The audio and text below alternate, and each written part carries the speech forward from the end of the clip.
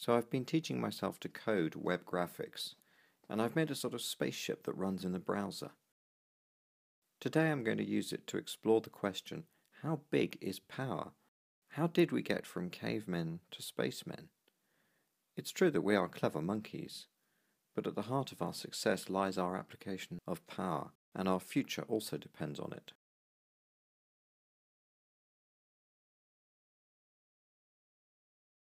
After all, your mind, all your thoughts, ideas and memories are made from tiny electrochemical signals, billions of them. So without watts, meters have no meaning. The human brain uses about 20 watts. The same as an efficient light bulb, the body uses about 120 watts, and of course we get this from food. But your brain and my brain, you and me, are lucky to be massively enhanced by our civilization's harvest of much larger energy flows, up to 100 times as much per person in the richer societies today. This has liberated our bodies from back-breaking toil, enabled us to free our minds from tyranny, and empowered us to build our buildings, cities, transport and communications, and to create the device on which I'm speaking to you, the great global brain which we call the interweb.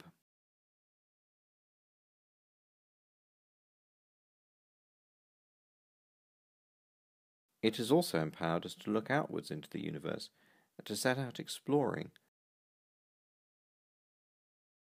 How far away have we gone? The furthest human-made devices from Earth are the Voyager 1 and 2 spacecraft launched in 1977 and now about 10 to the 19 meters away. In 1990, when Voyager 1 was about 10 to the 13 meters away, cosmologist Carl Sagan persuaded NASA to turn the craft around and photograph Earth, and this is what it saw.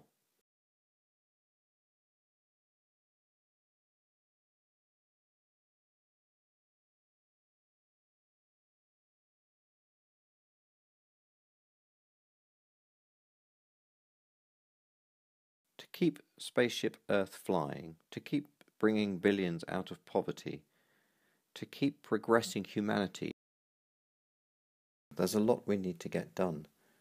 But power underlies all of them. It's clear that the next great leap we must make is the transition to sources of power which are clean, sustainable and abundant. So let's look at the scale of the challenge. Let's turn this Zoom ship around and have a look at the main source of power in our vicinity, the Sun.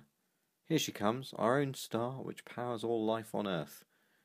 But where is the Earth? The Earth, of course, is the tiny dot at the centre of this image, shown here to scale without perspective effects, because our glorious Sun is 1,000,000 times larger than the Earth, and it puts out an enormous 10 to the 28 watts of power.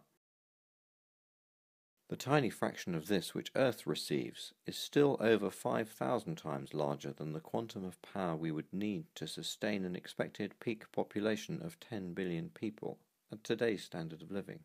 Which is why a back-of-the-envelope calculation shows that we could do it. We could power all these people with solar clean energy, with current technology, by harvesting solar energy from only this tiny area of the globe.